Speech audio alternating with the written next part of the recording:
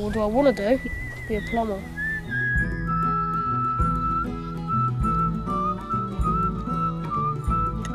I want to be a footballer. Who do you want to play for? Liverpool.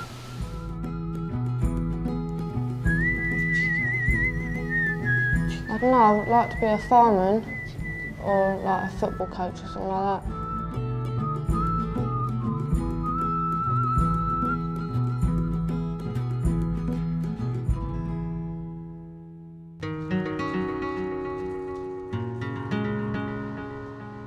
Brighton, on the south coast of England.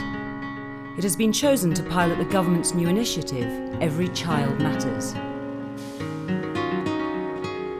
It's an affluent city, but like many others, it has its share of social problems. The early teens are a turbulent period in a young person's life, and those in Brighton face all the pressures that are associated with this particular age group. David Hawker, director of Brighton's new Children's Trust, knows only too well the challenges that teenagers face as they steer their way through the education system. 10 to 14, it's about effective transfer from primary school to secondary school, the larger environment, coming to grips with a more adult world, adolescence, learning to cope with that, lots of activities out of school, homework clubs, and really gaining a more self-confident approach through that developing maturity. These problems can sometimes lead to exclusion from school. I hit a teacher on the arse with a ruler. And I took like my BB gun and I shot someone and they excluded me for a year. David Hawker, a former teacher, now has the daunting task of pulling together all of Brighton's wide-ranging children's services into one new super department. I mean, education and social care is one thing. Bring that together with healthcare, and it's a different culture, different set of management arrangements, different sets of expectations and objectives. Put that again with the youth justice and criminal community safety area, and that's another set of expectations again. So it's really a very complex task, but the essence of it is to operate as a whole system approach, to say, well, we're starting from children, families, young people. What are their needs, and how do we make sure that all of the agencies contribute to their needs?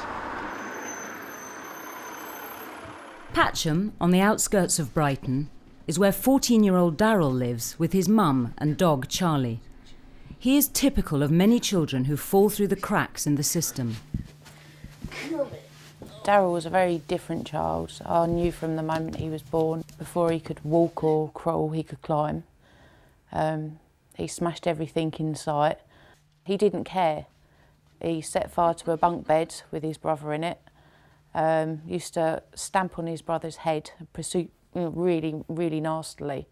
He was a very angry, vicious, violent child. I did have social services involved at one point, and they said, you know, it's the way you've brought him up. But it was when Daryl went to school that his behaviour became a real problem. I used to just be really naughty. None of the teachers used to give me a chance. It's like whenever we used to start work, they always used to work with the kids who knew what they were doing. Only help the ones, people who were always behind, they just ignored. I absolutely hated it. He didn't get on with the teachers. He used to hide underneath the desks, run around, terrorise the other children, terrorise the teachers, because that was Daryl, He couldn't sit down, he couldn't concentrate on anything at any time. I remember I used to get kicked out all the time. I never used to be in school. But things have now changed for Daryl. He attends ACE, which specialises in bringing together a number of agencies, including the Community Mental Health and Social Services, to give him the specialist help he needs.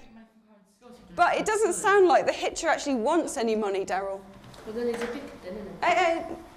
You can express it in a different way. Even not. Hey. He's someone that doesn't care about materialistic things, is he? The professional care that he now receives at ACE is based around a proper assessment of his behavioural problem, including his recently diagnosed ADHD. You need to listen, okay? Why? Right, we're talking about what the two people have in common. The man who picks up the hitcher and the hitcher. Good. Okay, so write that down where it says 1A. Same age, roughly. We worked very hard with him and with various agencies involved with him to review his medication, to look at how we could best help manage the difficult times in his life where medication was perhaps changed, and we put one-to-one support in to allow us to keep him safe and to stop him from becoming aggressive and frustrated during those times. Okay, so we just It's not hard though, is it? You can always find a bed in the streets and you can sleep in them. A range of professionals sharing information is the key to providing the proper care and support for young people like Daryl. And it is this that is at the heart of the work of the Children's Trust. When you get multi-agency working going well, then there's a huge benefit to the child, because you're talking about professionals working together instead of in isolation, providing a coordinated service instead of fragmented services. And ultimately, the outcomes for the child, particularly if they're a child in need, are much, much better. They actually get a sense of it all works together rather than it's all, a confusion. But all of this can only work if parents are involved, which can be a little bit daunting for some. When he went to the Learning Assessment Centre, there was a number of tests that they had to do on him. And they were said, oh, look, there's the ADHD and we've got other things coming off of it. What's wrong with him? And so I was like confusion, because I didn't understand all these terms and everything. It was all new to me. So I had to go home and learn about it and sort of like obviously get to know Daryl again. The Children's Trust Board meetings bring together the heads of agencies responsible for improving the lives of children. Today, David Hawker is presenting his ideas on how best the board can devolve responsibility to local steering groups, without, of course, the board losing strategic control. Your view around the table was that we should be looking at this in terms of the changing arrangements. We should be looking at it more in terms of local steering groups, because we're talking about a citywide provision which needs to be effectively consistent across the city, and the funding now is effectively not chopped up into core and additionality, but it's all one single pot to provide for the whole range of services.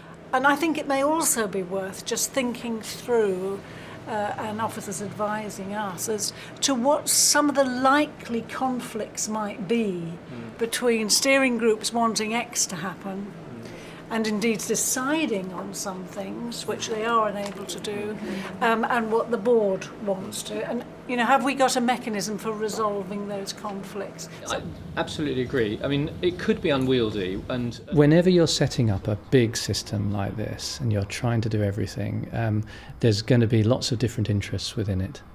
And that's part of the creative tension that inevitably you get in a large system approach. Inevitably you're going to get different voices for representing different interests, and that's right. What you need to do is to make sure that they're then resolved in terms of joint programmes. And below the board level, we've got a whole series of strategic partnership groups where people from those different agencies meet around the table around specific themes: early years, youth, healthy and extended schools, for example. And that's where they thrash out what needs to happen to make things work together effectively. And that's where the different service perspectives come together, their expectations on the table, and they can work out common programmes.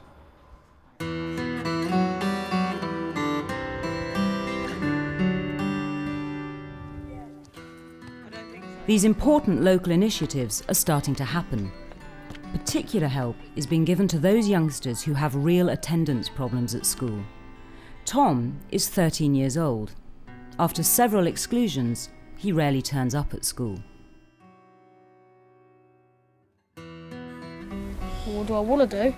Be a plumber. Tom's friend Daniel is also 13. He hasn't been to school for 2 years. I want to be a footballer. Who do you want to play for? Liverpool. Both Tom and Daniel now have a better chance to achieve their ambitions.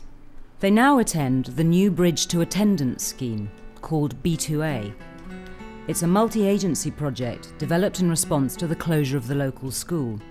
and is one of the Children's Trust's first new initiatives. Daniel, I think it'd be a good idea if you stood up and did it over there, yeah? I don't want orange, fizzy orange all over here, so... No, pure orange juice. Pure, not fizzy. No, but could you just go and stand up and drink it over there, please? Do it. So, just in case you spill it. Right, Tom, how are you doing? Good, fine. How are you doing? Doing all right, Alan? I'm doing all right, thank you. Right, now, why are you... Tom's... Have you nearly finished, Tom? Right, now, I want you to think about how we can measure the space inside a box. OK, that'll do. Right, so how do we find out the volume of these boxes? Get a measure up and measure it. Yeah, now you've done the measuring, so you've now got to do a little bit of a sum. What sum do we do? Oh, Right. 3, CO3. Yeah, we've got to do something to get the answer as centimetre cubes. And I make that the width. Tom and Daniel now receive a great deal of professional support. Claire Bruff is the head of Bridge to Attendance. How long do I you think plan this we have to keep the Daniel and Tom situation as it is, and even if we have to split the time, so we have I don't know, 3/4 of an hour with Tom and Daniel, and then you have some time with the boys after that. B2A was born out bearing in mind the Green Paper of Every Child Matters and the idea of multi-agency approach and multi-agency working, joined up thinking, but really it's in response to the closure of the local school, and it's meeting the needs of this community, because this community will always have a need for intensive multi-agency work. The pupils that we do have here, who historically have had poor attendance, and we knew that those children were going to need extra support. The whole object is to have the revolving door where we can put them into their mainstream school where they can be fully reintegrated. Well, you've got to take it in turns, so you've got to do it 3 times each, yeah? Actually, I've got 4 jars. Got these matches. Yeah, wait. Got some matches. One of you've got to light the candle, and then very gently you've got to put the jar on top. Can I just show you? Yeah, I know. I done it yesterday. I know you did, but Dan didn't. Now, before we do this, I think it might be an idea if you two take a 5-minute break, OK? We ain't got no facts. No, we're just going to get some fresh air. And I just sensed that they were just getting a bit fidgety because their concentration span isn't very great. They did very well to concentrate on that exercise all that time for them because they're not used to doing it. So I think if they have a 5-minute break now and then come back, they will be more prepared to do this in a sensible way.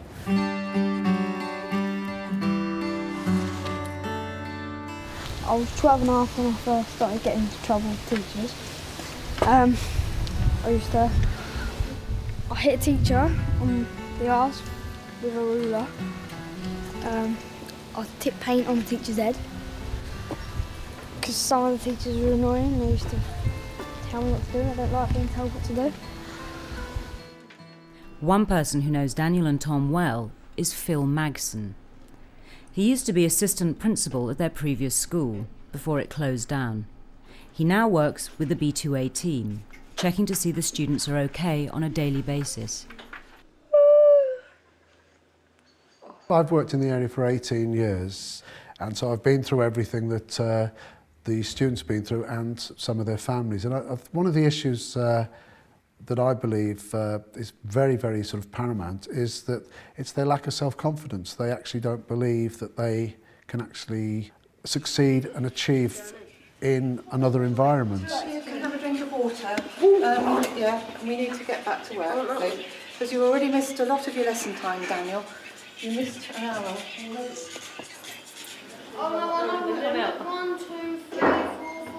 One of the common misapprehensions is that this Every Child Matters is just about special needs or additional needs, but it's not the case. Every child matters.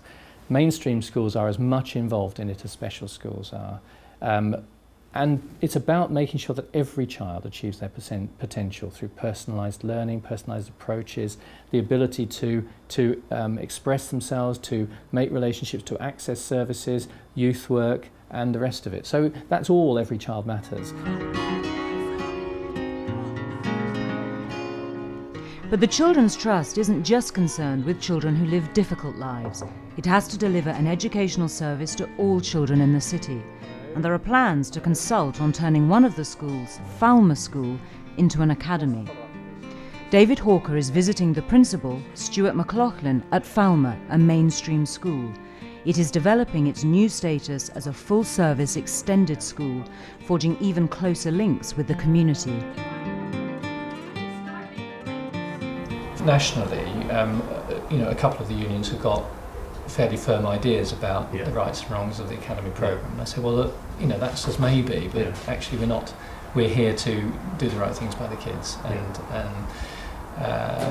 we've all got our own views, but our job is to make sure that we've got the best quality of education. I think we're going to have quite a few parents coming to our consultation evening, because I've had a few reply slips, and the parents in our Parents Association who I met last night were very keen on the proposal, actually, really? At the moment. Yes. But, obviously they need to know the detail. But Hello Jill, how are you? Tell me a little bit about the job that you do with the youngsters. Really, it's just sort of to make sure that they reach their full potential. So Right. Perhaps they're underachieving for attendance issues, Yeah. or they're not quite meeting the demands of the coursework, Right.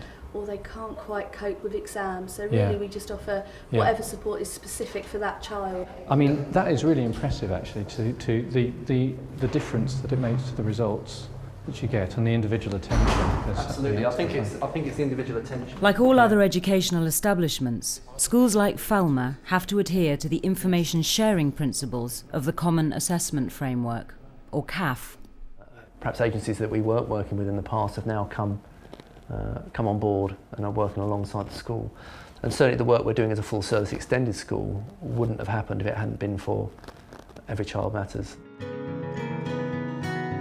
Sharing of information through the Common Assessment Framework may be at the heart of Every Child Matters. But for the Children's Trust Board, the complexities of establishing the CAF system is proving problematic.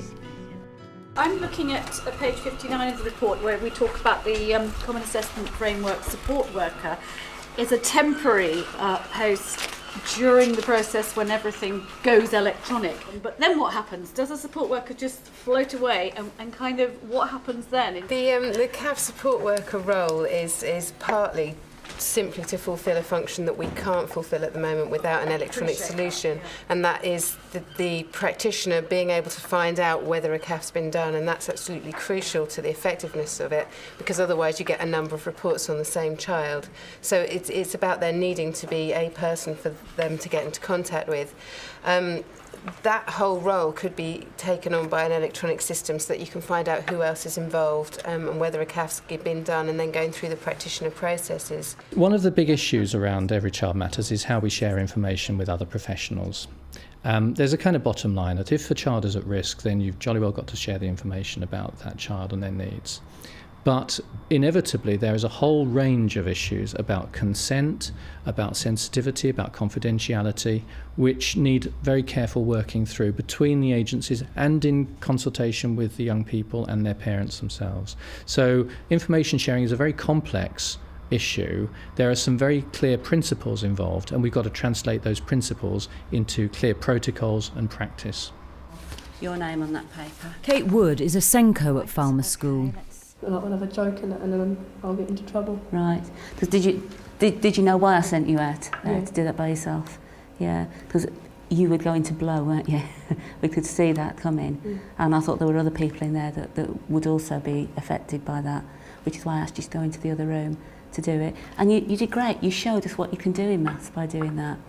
That's the same with your GCSEs. And I know from your SATs and from practice tests before that when you've been in the big hall, you don't achieve what you can, but if we give you the test in a small room, you can show us what you can do, and that's really good. So I think what we'll need to do is look at that a little bit for you, and maybe.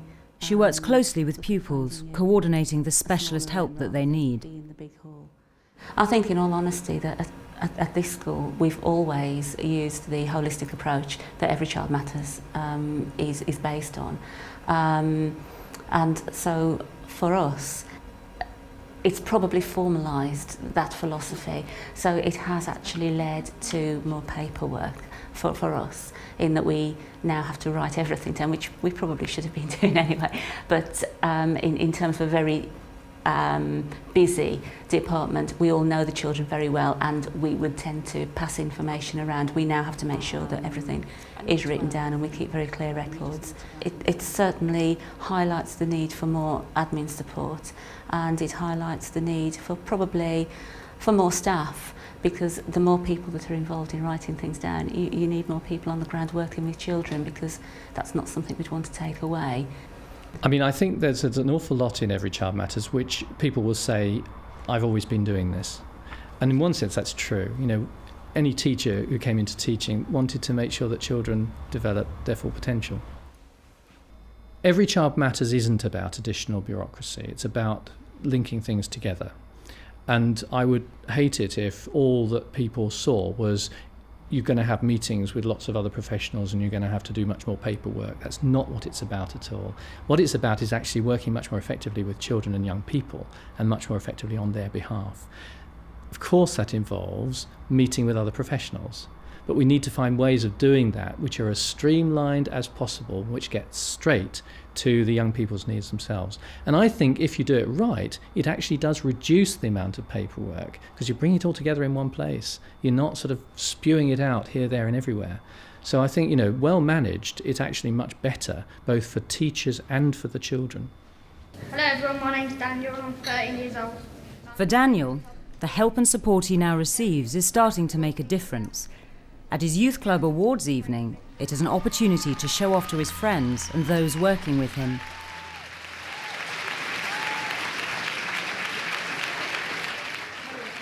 And I watched him stand up on stage and present to a full audience of the great and the good of Brighton.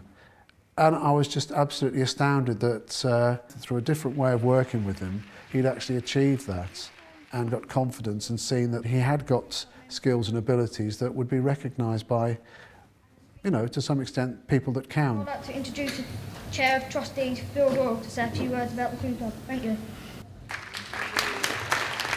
He was proud.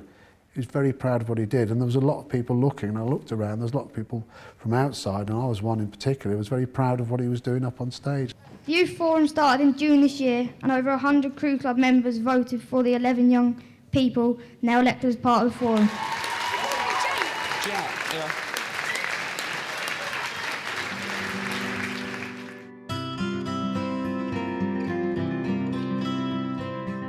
Daryl's also benefiting from a multi-agency approach. He's recently started attending catering classes at his local college. Individuals again, a few little things that I pulled out, okay? Let's keep the behaviour level where it should be, okay? I appreciated last week, because after the week before, it was 1,000 times better, okay? Right, today, what I want to do is, the aim of the lesson is to facilitate an introduction to frying, and that would be deep frying and shallow frying, okay? Does anybody know the difference between deep and shallow? Lots of oil and little oil. Okay, that's a good way to do it, nice and basic, yeah? I think. How you doing, Darryl? I'm alright. Okay, let's have a look. Right, if you have a look at this, okay? Yeah, look, she's left all the bone here.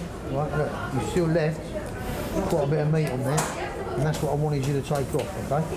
Yeah. It's not a problem, it's a good effort for the first try. Daryl's learning plan includes attending classes at a number of ACE's 5 sites. I come to college every Monday. On Tuesdays I go to Hove YMCA to teach little kids football. And Wednesday mornings I stay at Queensdown. Wednesday afternoons I go to another part of ACE which is called Montague, and I just do drama there. Thursdays I stay at Queensdown all day, and Fridays I stay in the morning, and Friday afternoons I go over to Montague. One nice chicken breast, ready to fry.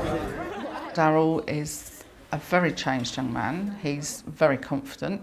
He's far calmer and much less reliant on medication. And that's involved a lot of communication between home and the agency and us. He believes in himself now. So what I'd like you to do first off is get yourself a potato and wash it, put it, hold on. And I also want you to get your butter and your egg yolk ready. Okay? Can we go now? Yep. Since he's been to ACE, there's been a definite improvement on his motivation skills, language skills, communication with people, teachers. He's made relationships with teachers, which I've never seen Daryl do before. And it's been amazing to see when I've gone into meetings that Daryl's actually sitting down and listening to the teachers and saying what he's got to achieve next, his next target goals are. And, you know, and we all work as like a big family. Queenstown is like a very big family. And I think as long as the school and the parent and the school work together, that's what helps a child, because the child can see that everybody's helping them. Anyone near completed their 3 yet? Nearly, just got to do spots. They just got me up to like kind of speed, like where I should be at kind of, and then they've just sorted my behaviour out. And they know what kind of, if I'm having a bad day, what they should do. If I'm having a good day, they know what they should do. Pick it up. While Daryl takes on the challenges of teenage life, David Hawker presents to the local press the proposals which are now on the table to turn Falmer into a new flagship academy. The key thing here, as Stuart has said, is really to pursue a vision for the school, which it's already doing, and to boost its popularity. And this is really what, one of the things that so far experience elsewhere has shown does boost a school's popularity. I mean, all of the academies that have opened so far have been oversubscribed and so on. So I think, it does actually make a big difference. We would want it to be built as a business and enterprise school, but also a full service extended school. So it really would be fit for purpose. It would be fit for that vision that we have, for the development we want for the school. I mean, for me personally, it's about making sure that we're doing the right thing by the next generation. Children are our future, and if we get this right, then we're giving them what they deserve. And that, for me, is the bottom line. His behaviour's improved 100%. His skills is absolutely brilliant. He knows that this is his last chance and he's wanting to better himself. And I've just seen such a change in him of wanting something for himself, and that's been great to see.